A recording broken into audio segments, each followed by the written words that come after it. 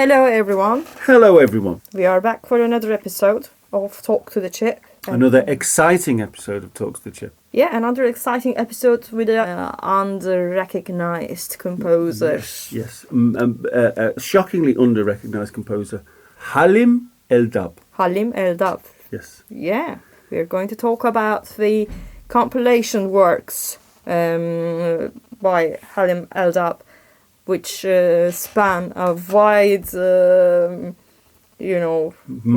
massive period. Yeah. Period. Yeah. Well, basically, it's a massive period because he was really. Was it the Wire magazine referred to him as the father of electronic music? Yeah, I think so. And I don't like this type of labels, which the Wire seems to like a lot, by the way. But actually, it might be accurate because so many people call Pierre Schaeffer as the father of sampling or electronic music.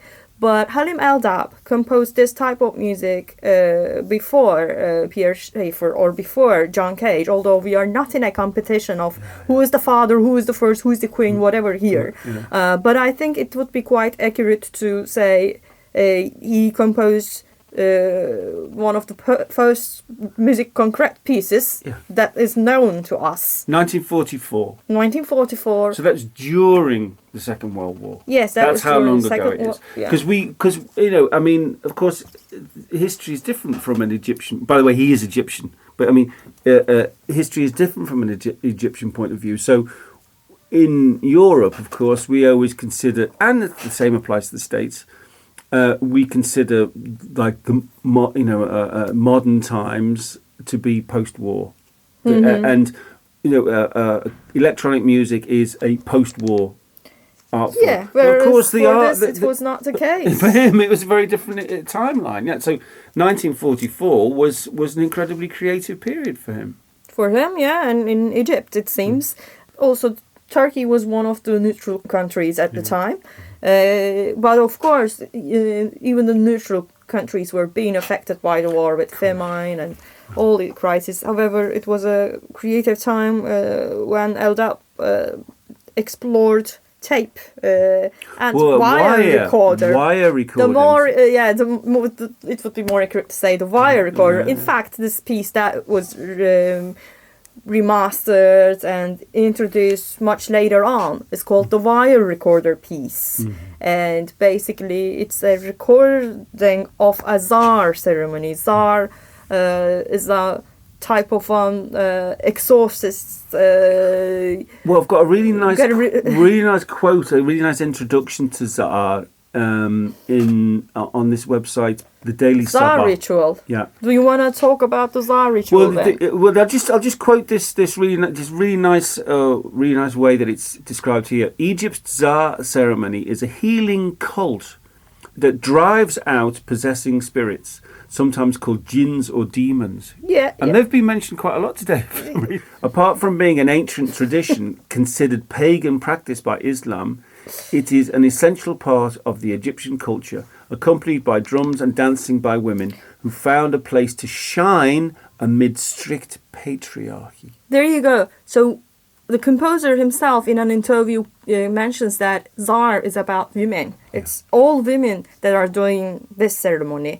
And in that sense, it's matriarchal, and that's an approach I really like in the piece. And the wire recorder piece is basically the recording of their voice mostly. Somewhere I read, maybe in an article that his wife Deborah wrote, that he had to dress as a woman to make this recording. He had to wear a veil to get into the. It is a women only ceremony. So, but yeah, in an interview he says. I've always been interested in Zar, particularly since it's a women-only ceremony. Women are at the center of our civilization. They are the balance to our very existence. I wanted to capture that, their sound and the healing elements of their chants. I didn't know I was making electronic music at the time. I just found a great importance in Zar because of the whole concept of transformation. This transcendence that happened by the movement of the body, the thought process, the vibrations. Well, there's another lovely quote about from this woman, Sameh, Unsame. a woman in her 70s who practices these rituals. She said, "We are not quacks or witches. The singing is spiritual and brings out negative energies. So it's a way of extracting. It's a cathartic exorcist. It's an exorcism, and I don't think you really need to know that to get this incredible atmosphere from this piece, because it's beautiful, very beautiful ambiences, and also I think he explores more than the singing. I mean, I can already sing the melody. It's very much like something that remains in your mind very easily, but also he was using studio techniques, including reverberation, voltage controls, and re-recording of the room with movable walls. So this means he did make use of the space, and that means it is very atmospheric, and it would play very well in an ambisonic system.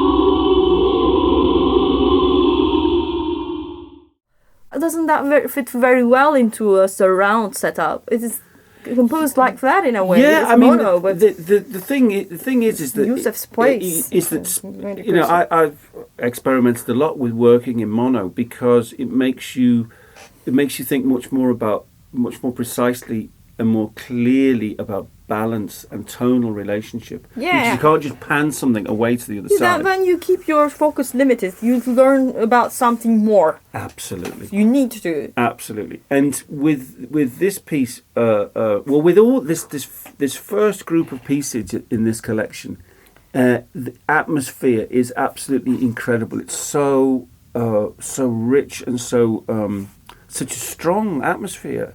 And you mentioned the re-recording things in spaces with movable walls. Yeah.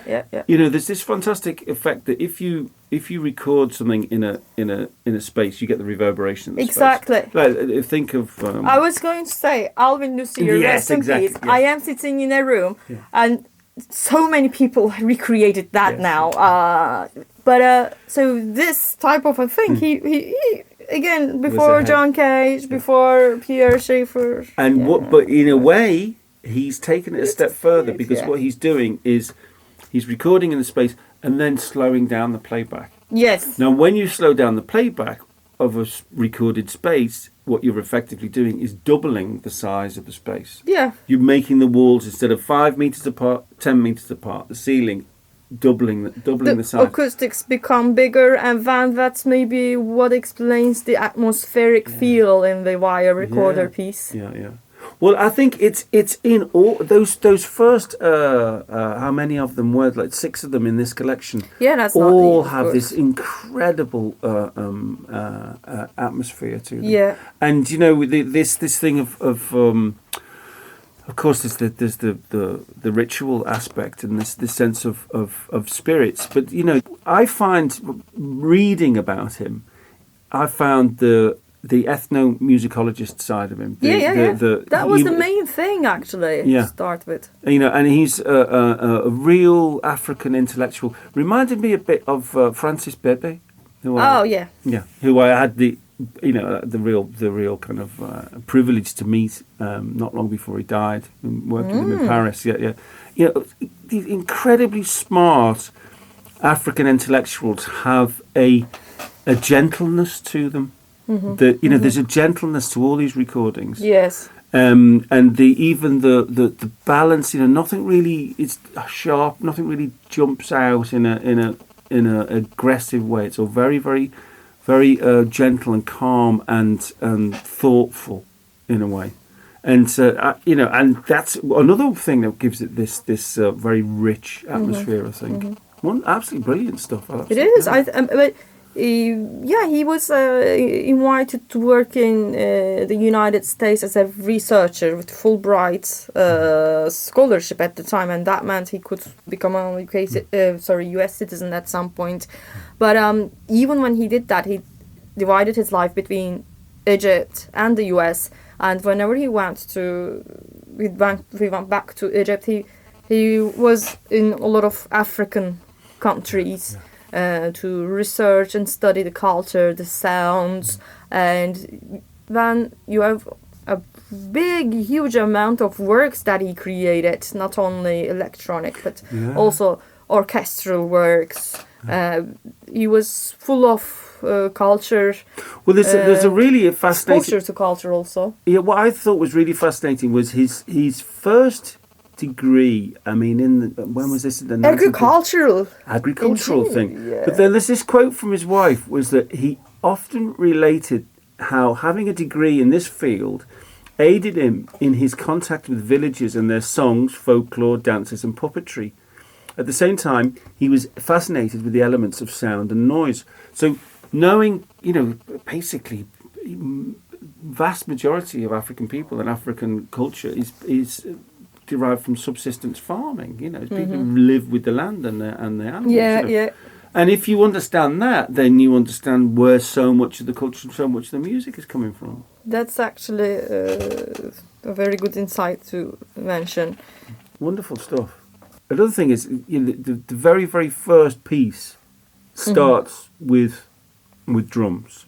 With a regular pattern on the drums, which immediately, if this is the father of electronic music, or the earliest greats of electronic music, then it's also immediately saying this is electronic music from another culture, because electronic post-war European electronic music is all about avoiding any sort of regularity, any sort of regular patterns, really frowning on it, and just saying straight away this is I would call it involvement in sound art. I mean, when we say when I say that he did this ahead of the time, I have to mention that John Cage did work on records in recordings of several things in 1939. That is before the war. And manipulating them with turntables. However, Halim El-Dabh was the first to compose this type of sounds with a wire recorder. Then the piece was transferred from the wire recorder into a magnetic tape, and it was presented in an art gallery in Egypt in 1944. So that's really that's the first case of that then. And you have a sound art being presented a long time ago. We have these sound installations, artistic installations now, but that happened in 1944. Well, just reminded me of just a funny little story for a magazine in Liverpool a number of years ago now. I was fortunate enough to interview Grandmaster Flash. Grandmaster Flash, one of the three originators of hip hop, which is 50 years old this year, and we were down for a 20-minute interview, and we were chatting for about an hour. Wow. And absolutely, I got so much from the guy. But one of the things I said to him was, I talked to him about the use of turntables to create music and the history of it. And I mentioned like John Cage, like Fontana mix and using turntables to make music going back to the 1940s. And he was like, "Who is this guy? I was the one that did this first." I said, "No, actually, it goes back." And we had like a kind of falling out. I want this guy. Where's he? I was like, "He's dead now." I think Grandmaster Flash was going to go and exhume poor old John Cage and give him a beating. But I think. Yeah, this thing in our culture, there is this competitive thing where people are called, this is the first, this is the father, this is the queen, this is the king.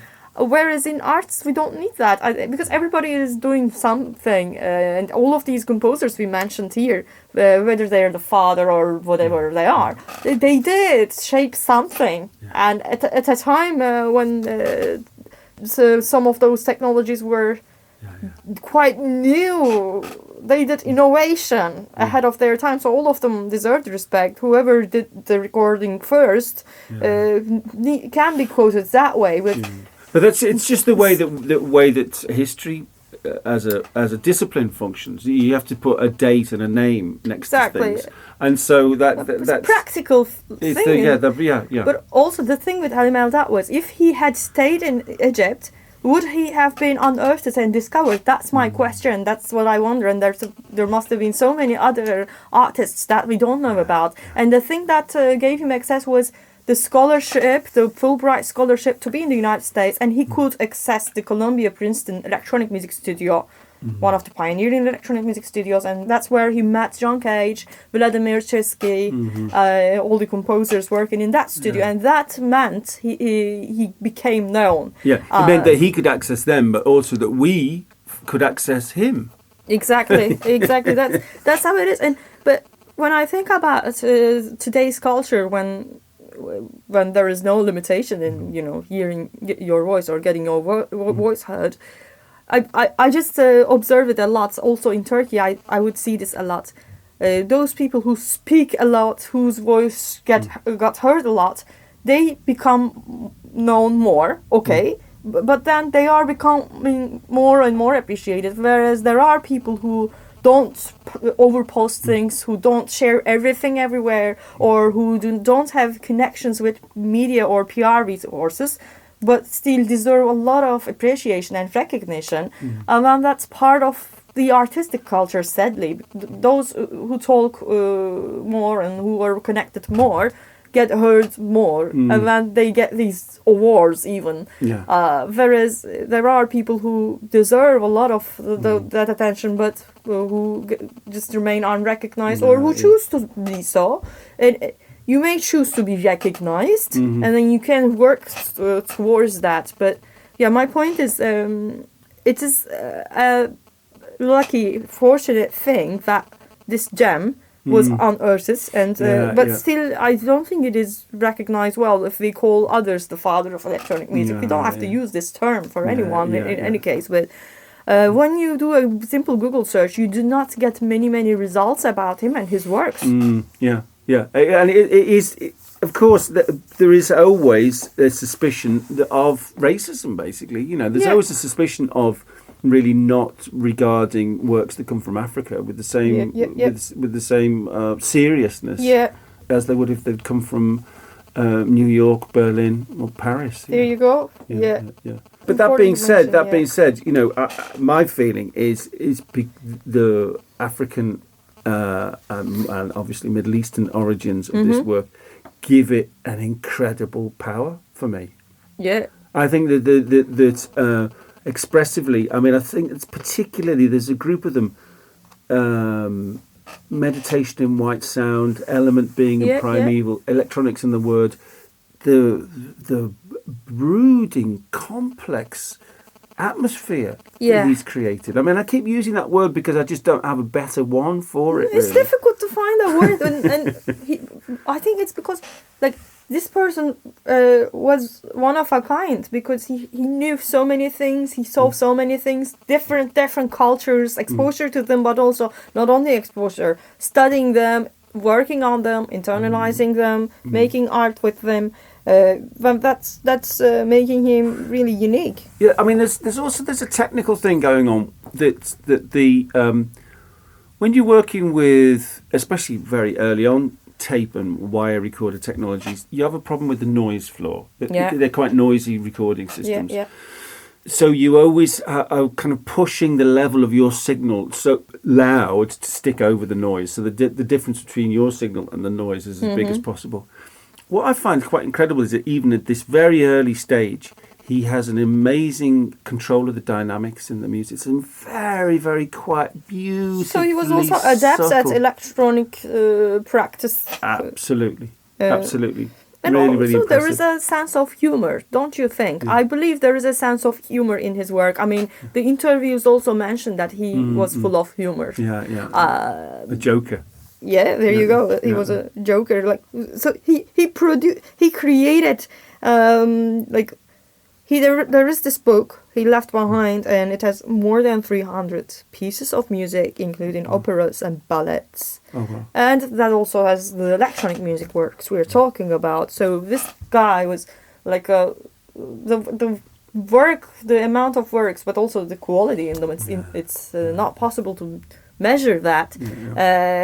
But also there's this humor side. We were talking about this earlier on. There's in this collection there are, I mean, what's it? Layla and the Poet. The Layla Visitations. There are So that's the 13. spoken word piece. And before we mention that, I mean, again, this is ahead of the time. Spoken word was being explored in the Milan studio. Luciano Berio with Visage and pieces like that. And that was not something that was used commonly in Paris or Cologne studio, although Gazang, they're unique as children singing and talk like things. Well, it's not just their child, just a total tangent. The child that's singing in Gesang der Junglinge is a guy called Josef Prochka. And he was the rector of the university in Cologne, where I work, at the Musikhochschule in Cologne. Really? When I signed my contract. So I signed my contract with this performer in Stockhausen's piece. With this crusty old bloke who, when he was a little boy, was the angelic little voice. Oh, wow, that's lovely. Yes. So, wow, so you met all of these guys. No, that's why we have this podcast. So we need to talk about these memories. But what I was coming to is after Gesang, the Junglinge, the approach in the Cologne studio changed into elektronische Musik. There you go, electroacoustic, rather than just purely electronically generated sounds. But the one studio, the Milan studio in Italy, was already exploring those things, and they were not having the war of Paris and Cologne, like field recordings versus pure electronics. But then we go back to this, a 23-year-old man at that time in the 1940s uses poetry or spoken word in his pieces of music before the Paris and Cologne studios had the conflict, and then Milan studio combined both approaches. So it's an important piece. And but then there is something. Yeah, well, I mean, it's something I've been thinking a lot about this week. Over the weekend, there's an exhibition here in London at the moment. Anselm Kiefer's. Anselm Kiefer is one of the big names of contemporary visual art. German guy. Lauded by the French state. He gets commissions by nations to do installations. So, it's a big name. And he's late 80s, I think now. And he's got a huge installation at the White Cube Gallery, not far from here in Bermondsey, based on Finnegan's Wake, James Joyce's book. So it's like he's kind of setting himself up as one of the greats of post-war culture alongside old Jimmy Joyce, and so there's an enormous amount of text involved in the exhibition, and it's huge. There's massive canvases, thick with paint, about 3 inches thick with paint, enormous, huge, great lumps of concrete and mounds of sand with an enormous amount of stuff in. Huge boulders, a massive thing. And yet, running through it all is all this text, all written in Kiefer's handwriting. Some of it huge, some of it tiny, but there's text everywhere. And at first, I was only reading the text. I wasn't looking at the artwork. And, I mean, I am of the very small group of people on the planet who's actually bloody read Finnegan's Wake, and it didn't do my mental health any good, I have to say. But I found myself back in that space of reading the super the density of ideas in every sentence in James Joyce was just so far ahead of the visual art that the when you work with text. There's often a mix when one works with text. There's often a mismatch between Yeah. your work and the text. The text can sometimes be, as it was in the case with Kiefer, just so superior to the artwork. Mm-hmm. And I think with Layla and the Poet. with Layla and the Poet, these huge pieces he's done here, I don't think the text is anywhere as good as the sound worlds he's creating. Maybe I believe maybe we need to look up more about it. But as I said, there is not much I could find. But I sense a very humoristic approach. It's like a mockery. Yeah. I can tell that from the pitch shifting down of the voice in a way. Yeah. The dramatic sounding. It's almost like this cartoon character. Yes, Yeah, it is. Yeah. that's the feeling I get.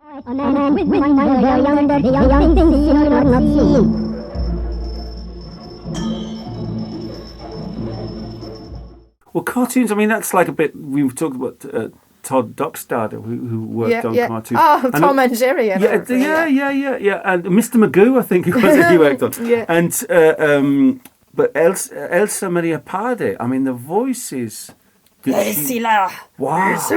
Yeah. Like I mean, black metal voices. Totally. I mean, the voices in her work and her use, I mean, she was working with, she did that wonderful Faustus. Yeah. You know, so with using, again, text of an incredibly high level, you know, using Goethe.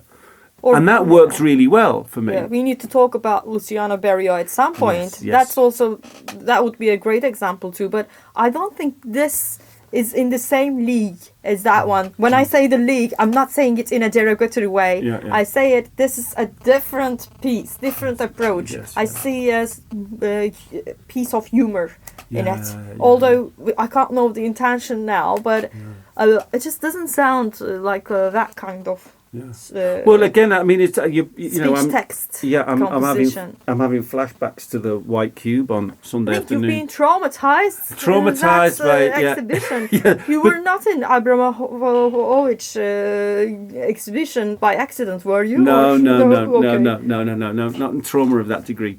But you know, even then, I mean, thinking of humour, this is another thing: is that if you take any sentence out of Finnegan's Wake, you can find references to about at least 3 or 4 different languages. I mean, there's apparently there's something within the whole text. There's something like 70 different languages referred to. But it's full of gags. It's really funny. It's wordplay, you know. And if you have any sense of Irish use of language, it's very humorous, Yeah, in this one. And I wasn't sure that Kiefer got the joke a lot of the time, Here, there's a sense of creepiness with that guy's voice.